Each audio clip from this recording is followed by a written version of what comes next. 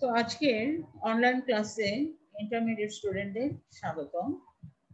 আজকে আমাদের আলোচনার বিষয়বস্তু হবে বাংলাদেশের ভূপ্রকৃতি। টপিকসটি তোমাদের জন্য অনেক অনেক ইম্পর্টেন্ট। এটা আমাদের জানার জন্য এটা খুব জরুরি, আবার এটা পরীক্ষার জন্য অনেকটি ভালো টপিকস। পরীক্ষা সাধারণত এই টপিকসের উপর কোশ্চেন হয়েই থাকে, যেই কারণে এই টপিকসটা তোমরা মনোযোগ দিয়ে শুনবে। আজকের ক্লাসে আমরা স্ক্রিন শেয়ারের মাধ্যমে ক্লাসটি নেব।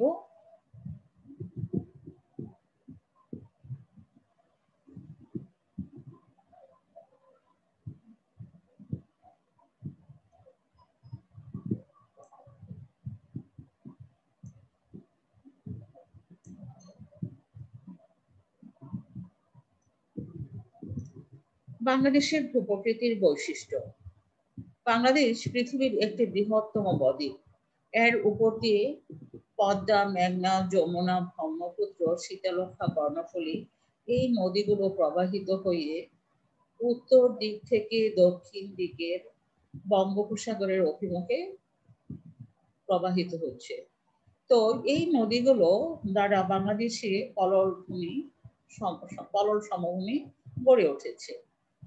বাংলাদেশের ভূপ্রকৃতির বৈশিষ্ট্যকে প্রধানত তিনটি ভাগে ভাগ করা যায়: টারশিয়ারি যুগের পাহাড় সমূহ, প্লাইস্টোসিন আমলের সোপান সমূহ, সাম্প্রতিক কালের প্লাবন সমভূমি সমূহ। এখন এই যে টারশিয়ারি যুগের পাহাড়িয়া অঞ্চল বাংলাদেশের, এই অঞ্চলটা সাধারণত তোমার রাঙ্গামাটি, বান্দরবন, খাগড়াছড়ি, চট্টগ্রাম, সিলেট, মৌলভীবাজার, হবিগঞ্জ এইসব অঞ্চল নিয়ে গঠিত। বাংলাদেশে এই টারশিয়ারি যুগে যে পাহাড় গঠিত হয়েছে, এই অঞ্চলকে আমরা প্রধানত দুই ভাগে ভাগ করতে পারি: দক্ষিণ পূর্বাঞ্চলের পাহাড় সমূহ এবং উত্তর পূর্বাঞ্চলের পাহাড় সমূহ। এখন দক্ষিণ পূর্বাঞ্চলের পাহাড় সমূহ রাঙ্গামাটি, খাগড়াছড়ি, বান্দরবন জেলা এবং চট্টগ্রাম জেলার অংশবিশেষ নিয়ে অঞ্চল গঠিত হয়েছে।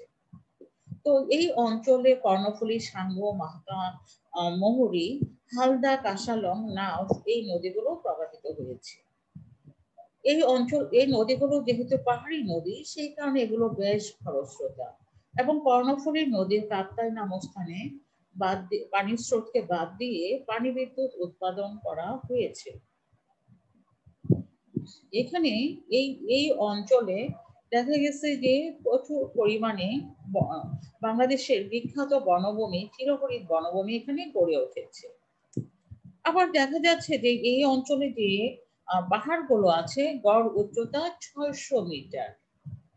600 মিটার এই অঞ্চলে পাহাড়ের উচ্চতাগুলো, এগুলো পশ্চিম দিক থেকে পূর্ব দিকে উচ্চতা ক্রমশ বেশি। এখন এই দেখো বাংলাদেশের ভূপ্রকৃতির একটি ম্যাপ আমরা দেখতে পাচ্ছি। টারশিয়ারি যুগের পাহাড়িয়া অঞ্চল যেটা, সেটা হচ্ছে এইখানটায়। এই যে এটা হলো দক্ষিণ পূর্ব পাহাড়িয়া অঞ্চল, চট্টগ্রামের এই অঞ্চলটা, পার্বত্য চট্টগ্রাম, বান্দরবন, খাগড়াছড়ি এইসব অঞ্চলে উঁচু পর্বতগুলো গড়ে উঠেছে। পর্বতগুলো উত্তর দক্ষিণে লম্বভাবে অবস্থান করছে। আর সিলেটের এই অঞ্চলটা, সিলেট, সুনামগঞ্জ, হবিগঞ্জ, মৌলভীবাজার এই অঞ্চলও টারশিয়ারি অঞ্চল, টারশিয়ারি পাহাড় গড়ে উঠেছে। এই দুটি হচ্ছে টারশিয়ারি যুগের পাহাড়ি অঞ্চল। আর এইখানে গাজীপুর, টাঙ্গাইল, এখানে তোমার গড়ে উঠেছে মধুপুরের ঘর ও ভাওয়ালের ঘর, প্লাইস্টোসিন আমলের সোপান। আবার এখানে প্লাইস্টোসিন আমলের সোপান আছে, সেটা হচ্ছে তোমার বরেন্দ্র ভূমি এই অঞ্চলটাতে। আর এখানে আছে লালমাই পাহাড়। তাহলে প্লাইস্টোসিন আমলের সোপান হচ্ছে এই তিনটে অঞ্চলে গড়ে উঠেছে। আর বাকি যে ভূমিরূপটা আছে, এটা হচ্ছে সাম্প্রতিক কালের প্লাবন সমভূমি। এখন এই যে টারশিয়ারি যুগের যে পাহাড়ি অঞ্চল, দক্ষিণ পূর্ব পাহাড়ি অঞ্চল, এই অঞ্চলের সর্বোচ্চ পাহাড়ের শৃঙ্গের উচ্চতা হচ্ছে তোমার তাজিং ডং, এর উচ্চতা হচ্ছে 1231 মিটার। কেওক্রাডাং হচ্ছে দ্বিতীয় সর্বোচ্চ পর্বত হচ্ছে দ্বিতীয় কেওক্রাডাং, এর উচ্চতা হচ্ছে 1230 মিটার।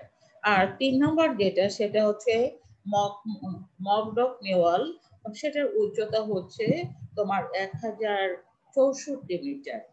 তো সর্বোচ্চ যে পাহাড়ের উচ্চতা উচ্চ স্থানগুলো সেগুলো টারশিয়ারি যুগের পাহাড়ি অঞ্চলগুলো সাধারণত চট্টগ্রাম, বান্দরবান, খাগড়াছড়ি এইসব অঞ্চলে গড়ে উঠেছে।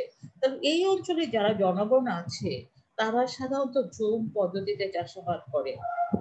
এখানে ধান, চা এগুলো চাষবাস হয়ে থাকে এবং এখানে কিছু খনিজ সম্পদ আছে, যেমন কয়লা, প্রাকৃতিক গ্যাস, চুনা পাথর এগুলো। আবার দেখা যাচ্ছে এখানে চিরহরিৎ বনভূমি গড়ে ওঠায় এখানে শাল, বেগুন, গর্জন, কড়াই এই ধরনের বনভূমিগুলো এখানে বৃক্ষগুলো এখানে গড়ে উঠেছে। এই অঞ্চলটা হচ্ছে দক্ষিণ পূর্ব পাহাড়িয়া অঞ্চল। তারপর সেকেন্ড যে পাহাড়ি অঞ্চল, উত্তর পূর্বাঞ্চলের পাহাড়ি অঞ্চল। উত্তর পূর্বে যে পাহাড়ি অঞ্চলটা সেটা হলো সিলেট, মৌলভীবাজার, হবিগঞ্জ এইসব জেলায় অবস্থান করছে। এই অঞ্চলের যে ছাতকে একটি পাহাড় আছে, সেই পাহাড়ের উচ্চতা হচ্ছে 40 থেকে 60 মিটার। এই অঞ্চলের 60 থেকে 90 মিটারের মধ্যে পাহাড়ের উচ্চতাগুলো হয়ে থাকে। তাহলে অনেকের ধারণা এই পাহাড়গুলো যে তোমার খাসিয়া, জয়ন্তা, গারো এইসব পাহাড়ের অংশ বিশেষ। এই অঞ্চলে প্রচুর বৃষ্টিপাত হয়, এই জন্য এখানে প্রচুর চা উৎপন্ন হয়। এছাড়া আনারস এখানে উৎপন্ন হয়, বাঁশ, বেত এইসব বৃক্ষগুলো এখানে গড়ে উঠেছে। এই অঞ্চলে প্রাকৃতিক গ্যাস, খনিজ স্থল, চুনা পাথর, কয়লা এই খনিজ সম্পদেও সমৃদ্ধ। তারপর হচ্ছে প্লাস্টোসিনের সোপান, যেটা একটু আগে আমরা আলোচনা করেছি যে প্লাস্টোসিনের সোপানটা আমরা তিনটা ভাগে ভাগ করে থাকি। একটা হচ্ছে মধুপুরের ঘর ও ভাওয়ালের ঘর। তারপর হচ্ছে তোমার এটা সাধারণত কুমিল্লা জেলায়, সরি, মধুপুরের ঘর, ভাওয়ালের ঘর এটা দেখা যাচ্ছে হচ্ছে তোমার এই অঞ্চলটা গড়ে ওঠে তোমার তোমার টাঙ্গাইল, তারপর হচ্ছে তোমার ময়মনসিংহের কিছু অংশ এবং তোমার গাজীপুর এইসব অঞ্চল নিয়ে মধুপুর ঘর ও ভাওয়ালের ঘর গড়ে ওঠে। এবং এই অঞ্চলে তোমার সাধারণত শালবন গড়ে উঠেছে এই অঞ্চলটাতে। এখানে আনারস জন্মায় প্রচুর পরিমাণে এবং মাটির রং সাধারণত লাল এবং ধূসর রঙের হয়ে থাকে। আর বরেন্দ্রভূমি এই অঞ্চলে সাধারণত, এই অঞ্চলটা কোথায় বরেন্দ্রভূমি, এটা হচ্ছে নর্থ বেঙ্গলে, সেটা সাধারণত তোমার দিনাজপুর, রংপুর, বগুড়া এইসব অঞ্চল নিয়ে এই অঞ্চলটা বরেন্দ্রভূমি গড়ে উঠেছে। এর উচ্চতা সাধারণত 6 মিটার থেকে 13 মিটারের মধ্যে বরেন্দ্রভূমি অবস্থান করে। এখন এই যে বরেন্দ্রভূমিটা এখানে মৃত্তিকা লাল এবং কঙ্করময় হয়ে থাকে। তাহলে এই যে মধুপুর, এগুলো আবার ডিটেলস আমরা আলোচনা করতে পারি যে মধুপুরের ঘরের মৃত্তিকা লাল রঙের হয়ে থাকে, কঙ্কর মিশ্রিত হয়ে থাকে, কৃষিকাজের জন্য অনুপযোগী এবং এখানে গজারি বৃক্ষের কেন্দ্র গড়ে ওঠে। আর লালমাই পাহাড় যেটা, সেইটা হচ্ছে তোমার, এটা কুমিল্লা শহরের 8 কিলোমিটার দক্ষিণে অবস্থান করছে। এর আয়তন হচ্ছে 34 বর্গ কিলোমিটার। পাহাড়ের গড় উচ্চতা 21 মিটার। এখন এই পয়েন্টগুলো তোমরা একটু মনে রাখবে যে পাহাড়ের গড় উচ্চতা কত, এগুলো এমসিকিউ কোশ্চেন হিসাবে তোমাদের আসতে পারে। তো স্থান বিশেষে উচ্চতা 46 মিটার পর্যন্ত দেখা যায়। তো এখানে সাধারণত আলু, তরমুজ এই ধরনের ক্রপসগুলো প্রোডাকশন হয়ে থাকে। এছাড়া এই যে তোমার টারশিয়ারি যুগের পাহাড়ি অঞ্চল গেল দুটো, তারপর গেল প্লাস্টোসিনের সোপান, এরপরে যে অঞ্চলটা আছে সাম্প্রতিক কালের প্লাবন সমভূমি। এই সমভূমিগুলো সাধারণত তোমার পদ্মা, মেঘনা, যমুনা এইসব নদী দ্বারা প্লাবিত হয়ে গঠিত হয়েছে। তো এই অঞ্চলটা সাধারণত অনেক বিল, ঝিল, হাওর বাওর, সমভূমি এগুলো এই অঞ্চলে দেখা যায়। এই অঞ্চলটাকে ভাগ করা হয়ে থাকে, যেমন কুমিল্লা সমভূমি অঞ্চল বা ত্রিপুরা সমভূমি অঞ্চল। এটা হচ্ছে গ্রেটার কুমিল্লা, চাঁদপুর, কুমিল্লা, ব্রাহ্মণবাড়িয়া, লক্ষ্মীপুর, নোয়াখালী, ফেনী এইসব অঞ্চল জুড়ে এই সমভূমিটা গঠিত। এই অঞ্চলটা উর্বর বলে এখানে প্রচুর ধান, পাট, অন্যান্য ক্রস প্রোডাক্ট হয় এবং এর সমুদ্রপৃষ্ঠ থেকে উচ্চতা হচ্ছে 3.6 থেকে 6 মিটার পর্যন্ত উঁচু। এর টোটাল আয়তন হলো 7,404 বর্গ কিলোমিটার। তারপর হচ্ছে সিলেট অববাহিকা। সিলেট অববাহিকাটা হচ্ছে সিলেট, সুনামগঞ্জ, মৌলভীবাজার, হবিগঞ্জ জেলার অধিকাংশ স্থান জুড়ে এবং কিশোরগঞ্জ ও নেত্রকোনার কিছু অংশ জুড়ে এই অঞ্চলটা গঠিত। এখানে অনেক হাওর বাওর এগুলো আছে। এখানে দেখা গেছে যে এই হাওর বাওরের জন্য 5টি হাওর এই অঞ্চলে অবস্থান করছে, যেমন ফেঞ্চুগঞ্জের হাকালুকি হাওর, তারপর হচ্ছে শ্রীমঙ্গলের হাইল হাওর, এরকম ভাবে সাতকের হচ্ছে দেখার হাওর, নলওয়ার হাওর হচ্ছে জগন্নাথগঞ্জের। 5টি হাওর এই সিলেট অববাহিকা অবস্থান করছে। এখানে প্রচুর পরিমাণে তোমার শীতকালে যখন পানি কমে যায় বড় এবং ইরি ধান চাষ করা হয়ে থাকে। আর পাদদেশীয় পলল সমভূমিটা হচ্ছে উত্তর পূর্ব দিকে, যেখানে রংপুর ও দিনাজপুর জেলা, সেখানে হিমালয় পর্বত থেকে যে পলিমাটিগুলো বয়ে নিয়ে আসে, এই পলিমাটিগুলো জমা হয়ে হয়ে পাদদেশীয় সমভূমি গড়ে উঠেছে। এই অঞ্চলের উচ্চতা 30 মিটার থেকে 30 মিটার পর্যন্ত হয়ে থাকে। সমুদ্র পৃষ্ঠ থেকে 30 মিটার এই অঞ্চলের উচ্চতা। এখানে তোমাদের এমসিকিউ কোশ্চেন হতে পারে যে পাদদেশীয় ভূমির উচ্চতা কত মিটার? 30 মিটার। হ্যাঁ, ঠিক আছে, এটা মনে রাখবে। তারপর এখানে ধান, ইক্ষু, পাট, তামাক ইত্যাদি উৎপন্ন হয়ে থাকে। আর গঙ্গা, ব্রহ্মপুত্র, মেঘনা প্লাবন সমভূমি যেটা, এটা হচ্ছে বাংলাদেশের মূল প্লাবন সমভূমি। এই নদীগুলো দ্বারা প্লাবিত হয়ে বর্ষাকালে যখন আশেপাশে প্লাবিত হয়, আবার যখন শীতকাল আসে পানি সরে যায়, এইভাবে পলি জমা হয়ে হয়ে এই প্লাবন সমভূমি গড়ে উঠেছে। তো এখানে বিভিন্ন ধরনের প্রাকৃতিক বাঁধ, বিল, ঝিল, চর, এগুলো এই ধরনের ভূপ্রকৃতি এখানে দেখা যায়। আর বদ্বীপ অঞ্চলটা হচ্ছে বাংলাদেশের দক্ষিণ পশ্চিমের সমভূমিকে বদ্বীপ অঞ্চল বলা হয়ে থাকে। এই অঞ্চলটা কুষ্টিয়া, যশোর, ফরিদপুর প্রভৃতি অঞ্চলের অংশ এবং রাজশাহী, পাবনা ও ঢাকার কিছু অংশ নিয়ে অবস্থান করছে বদ্বীপ। এই দ্বীপকে আবার আমরা 3 ভাগে ভাগ করতে পারি। একটি হচ্ছে তোমার সক্রিয় বদ্বীপ, আর একটি হচ্ছে মৃত প্রায় বদ্বীপ, আর একটি স্রোতজ বদ্বীপ। সক্রিয় বদ্বীপ হচ্ছে নদীর মোহনা থেকে, এটা মেঘনা নদীর মোহনা থেকে পশ্চিমে গড়াই নদী, মধুমতি নদী পর্যন্ত বিস্তৃত যে অঞ্চল, সেটাকে সক্রিয় বদ্বীপ বলা হয়। মানে এখানে হচ্ছে নদীগুলো নাব্য, এখনো পানি যায়, যে কারণে পলি জমা হচ্ছে এবং বদ্বীপ গঠিত হচ্ছে। এই জন্য এই বদ্বীপগুলোর নাম হচ্ছে সক্রিয় বদ্বীপ। আর মৃতপ্রায় বদ্বীপ হচ্ছে বাংলাদেশের বদ্বীপটা হচ্ছে এটা গড়াই মধুমতি নদীর পশ্চিমাংশটা হলো মৃতপ্রায় বদ্বীপ। এখানে নদীগুলো প্রায় শুকিয়ে গেছে, যেই কারণে নদীর প্রবাহের পরিমাণ এখানে খুব একটু বেশি হয় না। না হওয়ার কারণে এই যে তোমাদের ম্যাপটা একটু খেয়াল করো, এটা হচ্ছে সক্রিয় বদ্বীপ, আর এই অঞ্চলটা হচ্ছে তোমার, এই অঞ্চলটা হচ্ছে সক্রিয়। এই যে নদীগুলো আছে, এই নদীগুলো দিয়ে এখনো পলি জমা হয়ে হয়ে এখানে তোমার এখনো দ্বীপ গঠিত হচ্ছে। এই কারণে এই অঞ্চলটা হলো সক্রিয় বদ্বীপ। আর এই অঞ্চলটাতে নদীগুলো প্রায় শুকিয়ে গেছে, এখানে পলি জমা হচ্ছে না, এই জন্য এটা মৃতপ্রায় বদ্বীপ বলা হয়। আর এই বদ্বীপটাকে বলা হয় স্রোতজ বদ্বীপ, কারণ এখানে স্রোতের কারণে এখানে যে তোমার বদ্বীপের যে অংশগুলো আছে, সেই অঞ্চলে বঙ্গোপসাগরের জোয়ার ভাটার কারণে এখানে পলি জমা হচ্ছে, জমা হয়ে হয়ে এখানে তোমার দ্বীপ গঠিত হচ্ছে। সেই কারণে এই অঞ্চলের নাম হচ্ছে স্রোতজ সমভূমি। এই অঞ্চলের, এটা হচ্ছে বাংলাদেশের সুন্দরবন। এখানে প্রচুর পরিমাণে তোমার সুন্দরী কাঠ এবং অন্যান্য গরান বনভূমি গড়ে উঠেছে এবং নিয়মিত জোয়ার ভাটা এখানে।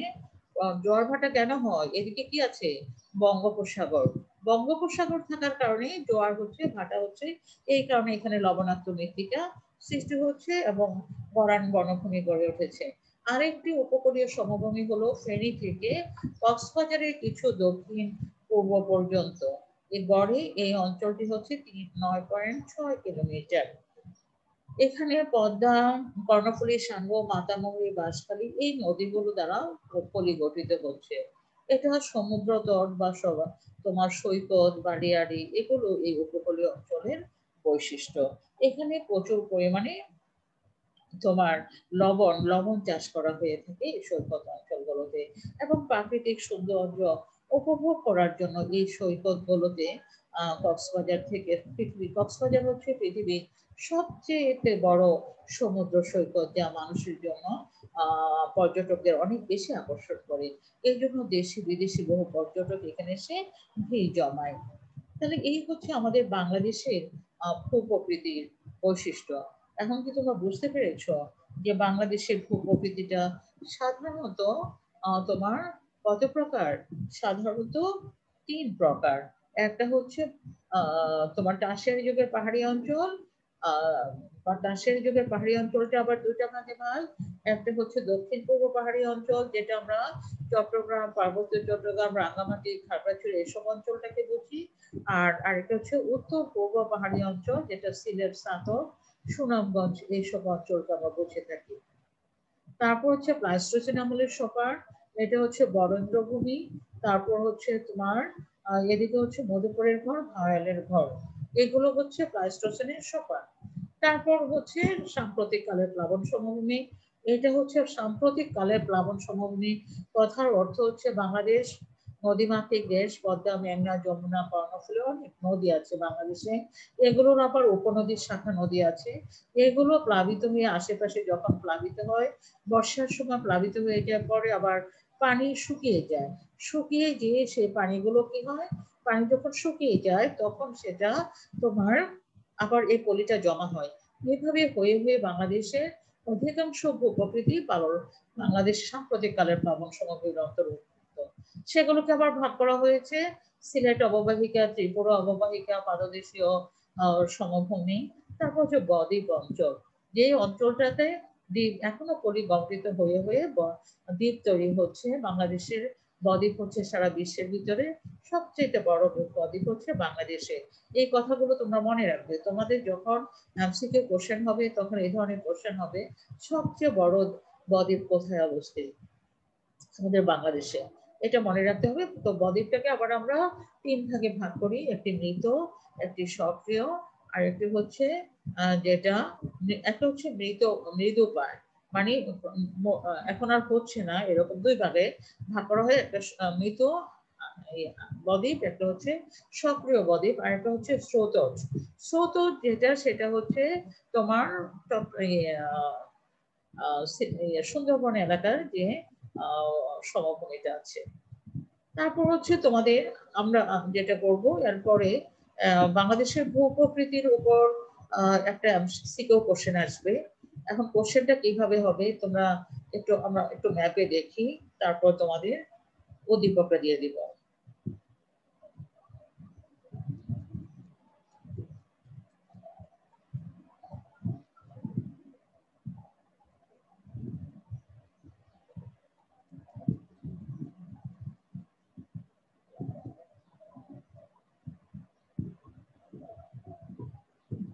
এই বাংলাদেশটা দেখেছো? এই দেখো ছোট একটা বাংলাদেশের ম্যাপ এখানে। এই জায়গাটা হচ্ছে কি টারশিয়ারি যুগের পাহাড়ি অঞ্চল। তাহলে এখানে যে পাহাড়গুলো আছে, কেওক্রাডা, মাধব মোড়ার, মোদক, তোলাঙ্গ, হ্যাঁ, এই পাহাড়ের দাগিনডং, হ্যাঁ, এই এই পাহাড়ে এই অঞ্চল হচ্ছে এই পাহাড়ি অঞ্চলটা। টারশিয়ারি যুগে এই পর্বতগুলো গঠিত হয়েছে। এখন উত্তর পূর্ব দিকে এগুলো লম্বভাবে অবস্থান করছে। আর এখানেও সিলেটও টারশিয়ারি যুগের পাহাড় আছে।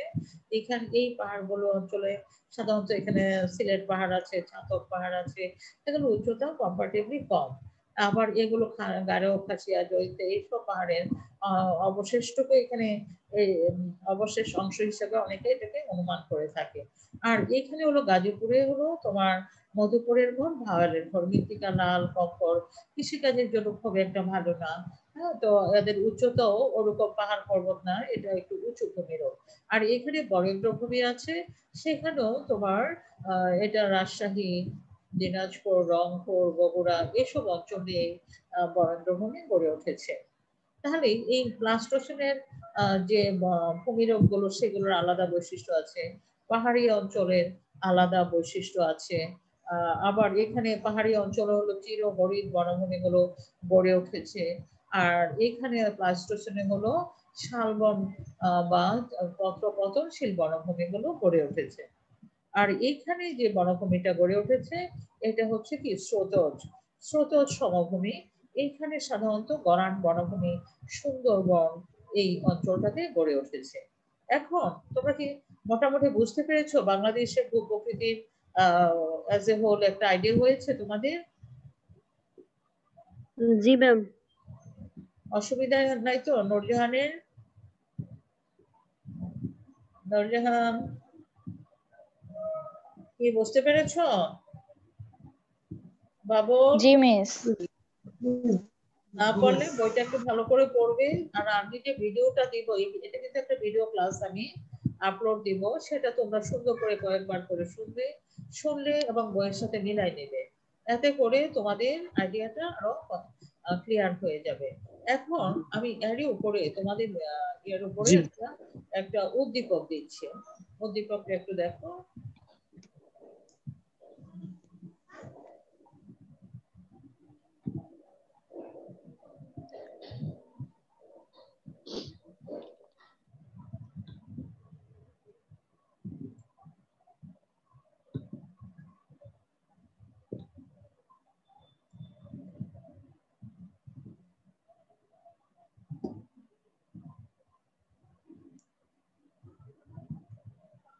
একটু ওয়েট করো।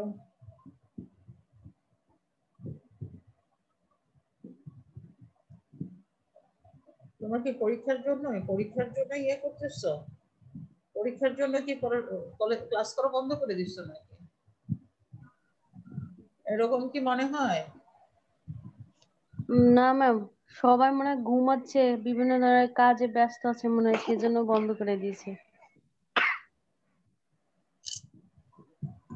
একটা স্টুডেন্টের মেইন কাজ হলো তোমার ক্লাস করা, হ্যাঁ মেইন কাজ, তারপরে তোমরা যা করা করবে।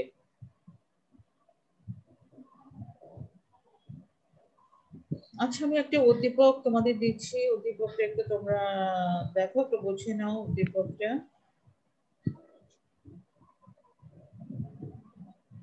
স্ক্রিন শেয়ার দিচ্ছি।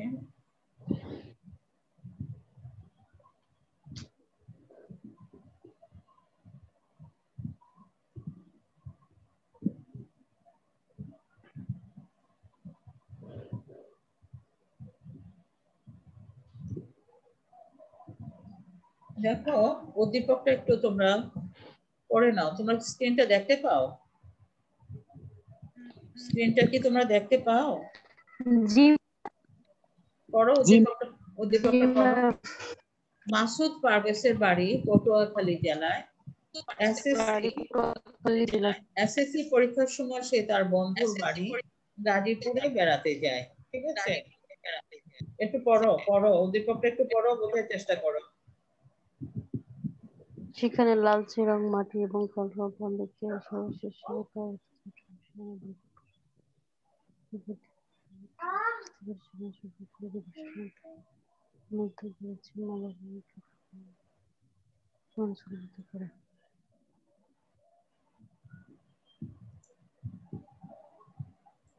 হয়েছে?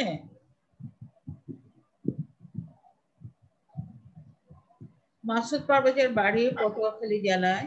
এসএসসি পরীক্ষার পর সে তার বন্ধুর বাড়ি গাজীপুরে বেড়াতে আসে। সেখানে লালচে রঙের মাটি, সে গাজীপুরে আসছে, সেখানে মাটিটা কি লাল, এবং পাতাছড়া বনভূমি দেখতে পায়, যেটা বলেছি পত্র পতনশীল বনভূমি। সর্বশেষ সে যা পার্বত্য চট্টগ্রামে, সেখানে দীর্ঘ পাহাড়, চির সবুজ বনভূমি, খরস্রোতা নদী দেখতে পায়। দীর্ঘ ভ্রমণে মাসুদ বুঝতে পারে যে বাংলাদেশের ভূপ্রকৃতির বৈচিত্র্যময়, যা তাকে মুগ্ধ করেছে। কথা কি বুঝতে পেরেছো? তার বাড়ি কোথায়? পটুয়াখালী। পটুয়াখালীটা কোথায়? দেশের দক্ষিণ দিকে, হ্যাঁ, যেখানে প্লাবন সমভূমির অন্তর্ভুক্ত। এসএসসি পরীক্ষার পর তার বন্ধুর বাড়িতে গাজীপুরে আসছে। তো এখানে কি বনভূমি আছে? গাজীপুরের বনভূমিটা কি? কি বনভূমি গাজীপুরে? সেখানে লালচে রঙের মাটি আছে, পাতা ধরা বনভূমি আছে। এটা কোন অঞ্চলটা ভূপ্রকৃতির বলতো? কোন অঞ্চল সেখানে? হ্যাঁ, প্লাস্টোসিন সোপান সমূহ। এটা মধুপুরের ঘর ও ভাওয়ালের ঘর। তোমাদের এই ব্যাপারগুলো মনে রাখতে হবে। হ্যাঁ, মধুপুরের ঘর ও ভাওয়ালের ঘর হচ্ছে এই অঞ্চল। এখন এই অঞ্চলটা মধুপুরের ঘর ভাওয়ালের ঘরে সে কি করলো, সে বেড়াতে আসছে তার বন্ধুর বাড়ি। এখন বেড়াতে আসার পর সে যেটা দেখলো যে এখানে মৃত্তিকাটা কি লাল, আবার হচ্ছে তোমার পাতাঝরা বনভূমি মানে পত্র পতনশীল বনভূমি আছে, সেখানে দীর্ঘ পাহাড় চির সবুজ বনভূমি, সরি তারপরে যায় সে পার্বত্য চট্টগ্রামে, সেখানে দীর্ঘ পাহাড় চির সবুজ বনভূমি আছে, খরস্রোতা নদী আছে। তো পার্বত্য চট্টগ্রামের বনভূমিটা কি ধরনের, আমরা যে ক্লাসিফিকেশন করেছি ওটা কোন পর্যায়ে পড়ে, রাজশাহী যুগের পাহাড়ি অঞ্চল। তো ওই পাহাড়ি অঞ্চলে কি আছে, আমরা বলেছি নদী, সেখানে পাহাড়গুলো কেওক্রাডাং, মাধব মুরাল, তারপর হচ্ছে তাজিংডং, এগুলোকে সবচেয়ে উঁচু পাহাড় হচ্ছে এই পার্বত্য চট্টগ্রামে। খরস্রোতা নদী, সেখানে কি আছে, কর্ণফুলী নদী আছে, সেখানে তোমার নাগ নদী আছে, সাঙ্গু নদী আছে, খরস্রোতা নদীগুলো সেখানে আছে। তো এই নদীগুলো সেখানে আছে। তাহলে এটা কোন অঞ্চলটা, রাজশাহী যুগের দক্ষিণ পূর্ব পাহাড়ি অঞ্চল। হ্যাঁ, পার্বত্য চট্টগ্রামটা হলো দক্ষিণ পূর্ব পাহাড়ি অঞ্চল। তো এই সব ভ্রমণ করে সে বুঝতে পারলো বাংলাদেশের ভূপ্রকৃতির বৈচিত্র্যময় আছে, সেটা এটা দেখে সে মুগ্ধ হলো। এখন কোশ্চেন, মালভূমি কি? হ্যাঁ, লোয়েস্ট বনভূমি বলতে কি বুঝছো? এগুলো লোয়েস্ট সমভূমি বলতে কি বুঝছো? সমভূমির যে ক্লাসিফিকেশন আছে সেখান থেকে তোমরা সমভূমি ক্লাসিফিকেশনটা বিভিন্ন ধরনের আছে, সেখান থেকে এই অনুধাবনের কোশ্চেনটা পাবে। লোয়েস্ট সমভূমিটা তোমরা ব্যাখ্যা করবে। আর মালভূমি কি, এটা হচ্ছে মালভূমির যে ক্লাসিফিকেশন আছে সেখান থেকে শুধু সংজ্ঞাটা নিবে। আর গ নম্বর প্রশ্ন, মাসুদ পারভেজের বা বন্ধুর বাড়ি বাংলাদেশের ভূপ্রকৃতির কোন ভূপ্রকৃতিক অঞ্চলে পড়েছে? কোথায় পড়েছে বন্ধুর বাড়িটা? কোথায় পড়েছে? প্লাইস্টোসিনের সোপানে পড়েছে। এটা মধুপুরের ঘর ও ভাওয়ালের ঘরে পড়েছে। এই অঞ্চলের ভূপ্রকৃতির বৈশিষ্ট্য লিখো। তাহলে এই অঞ্চলে যে বৈশিষ্ট্যটা মধুপুরের ঘর ভাওয়ালের ঘর, প্রথম বলবে যে মধুপুরের ঘর ভাওয়ালের ঘরে তার বন্ধুর বাড়িটা মধুপুর ঘর ও ভাওয়ালের ঘর অঞ্চলে পড়েছে। এখন এর বৈশিষ্ট্যগুলো তোমরা দিবে। বৈশিষ্ট্যগুলো ওখান থেকে আমি যে আলোচনা করেছি ওখান থেকে কত তোমার সমুদ্র উচ্চতা কত সমুদ্রপৃষ্ঠ থেকে, মৃত্তিকার রং কি ধরনের, কি কি ক্রপস উৎপন্ন হয়, এই ধরনের, হ্যাঁ, কি কি বনভূমি আছে ইত্যাদি ইত্যাদি বৈশিষ্ট্যগুলো তোমরা আলোচনা করবে। আর ঘ যেটা, উদ্দীপকের আলোকে মাসুদ পারভেজ নিজ এলাকার ভূপ্রাকৃতিক বৈশিষ্ট্যের সাথে সর্বশেষ ভ্রমণকৃত এলাকার বৈশিষ্ট্যগুলো পার্থক্য বিশ্লেষণ করো। সর্বশেষ কোথায় গিয়েছে? রাশিয়া যুগের পাহাড়ি অঞ্চলে। তাহলে এই অঞ্চলটাও তোমরা কি করবে, এই অঞ্চলটাকে তোমরা ইয়ে করবে। রাশিয়ার যুগের পাহাড়ি অঞ্চলের বৈশিষ্ট্য বলবে যে তার নিজ এলাকা কোথায়, আগে আলোচনা করবো তার নিজ এলাকা। তার নিজ এলাকা কোথায়? পটুয়াখালী। পটুয়াখালীটা কোথায়? উপকূলীয়, এটা হচ্ছে সমভূমি অঞ্চলে, সাম্প্রতিক কালের সমভূমির আওতাভুক্ত তার এই অঞ্চলটা। এই অঞ্চলে যে বৈশিষ্ট্যগুলো আছে সেই বৈশিষ্ট্যগুলো তোমরা আলোচনা করবে এবং সাম্প্রতিক কালের প্লাবন সমভূমি আলোচনা করে সেকেন্ড যে আলোচনা করবে, সেকেন্ড সর্বশেষ তার ভ্রমণকৃত এলাকাটা হচ্ছে টারশিয়ারি যুগের পার্বত্য অঞ্চল। তো টারশিয়ারি যুগের পার্বত্য অঞ্চলের যে বৈশিষ্ট্যগুলো আছে, যে এগুলো এখানে কি কি পাহাড়গুলো আছে, পাহাড়গুলোর উচ্চতা কি ধরনের, এখানে মৃত্তিকাগুলো কি দিয়ে গঠিত হয়েছে, এখানে কি ধরনের বনভূমি আছে, আবার এইখানে কি কি বৃক্ষগুলো আছে, এবং এখানে কি কি নদীগুলো প্রবাহিত হয়েছে, আর তারপরে এখানে কি কি খনিজ সম্পদগুলো পাওয়া যায়।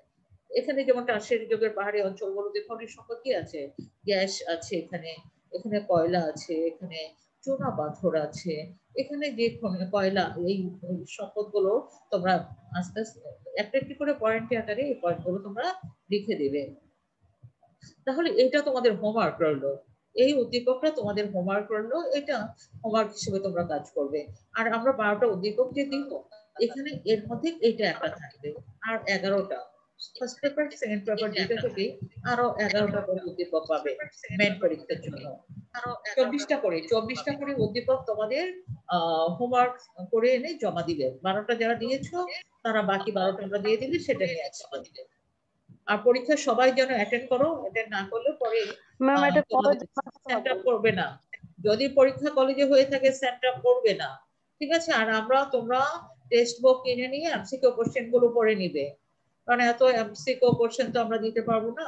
তোমরা ওই এখানে কিন্তু অ্যান্সার গুলো দেওয়া থাকে, উদ্দীপক পড়ে অ্যান্সার গুলো তোমরা মিলাই নেবে। যদি ভুল হয়, যদি না বুঝো, দেন তোমরা আমাদের সাথে ডিসকাস করবে, আমরা প্রবলেম গুলো সলভ করে দিব। ঠিক আছে? Any question? মিস আমাদের টেস্ট পরীক্ষা ডিসেম্বরে ফার্স্টের দিকে, এখনো ডেট কনফার্ম হয়নি, তবে ডিসেম্বরের ফার্স্টের দিকে। আমরা যে 12টা করে কোশ্চেন দিয়েছি, এখান থেকে কোশ্চেন পাবে তোমরা কিছু, আরো 12টা দিলে সেখান থেকে কিছু পাবে। ঠিক আছে ম্যাম? 12টা আরো দিবেন তো এটা কি 2 পেপার মিলে না এক পেপারেই 12টা দিবেন? না, কেন ফার্স্ট পেপারে 12টা, সেকেন্ড পেপারে 12টা পেয়েছো না? জি মিস, আরো 12টা দিবেন বলছেন তো ওইটা। হ্যাঁ, এটা তো টেস্ট পরীক্ষা, এটা তো শেষ পরীক্ষা তোমাদের। সেটা তো বুঝছি মিস, হচ্ছে কি 2 পেপার থেকে কি 12টা করে দিবেন না শুধু 2 পেপার মেবি একটাতে দিবেন আর কি 12টা? আলাদা আলাদা 12টা পাবে, টোটাল 24টা করে পাবে। ওকে মিস।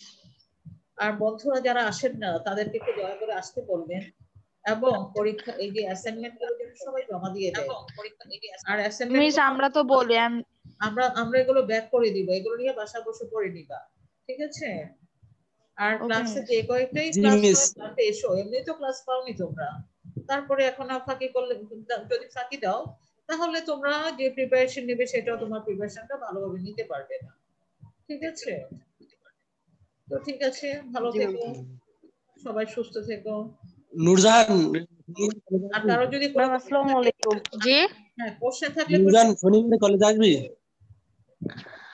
আমি তো আসবো না, আমি এগুলো পাঠাবো, আমি তো কুমিল্লাতে। তোর মা কেমন আছে?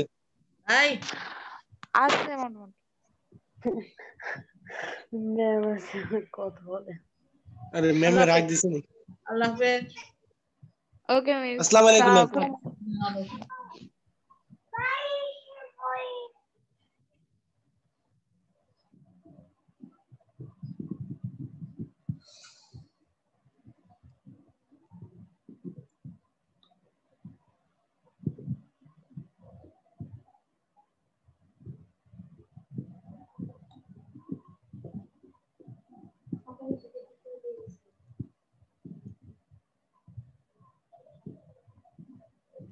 ছবি তুলে নেয়, ছবি দিতে পারবো না।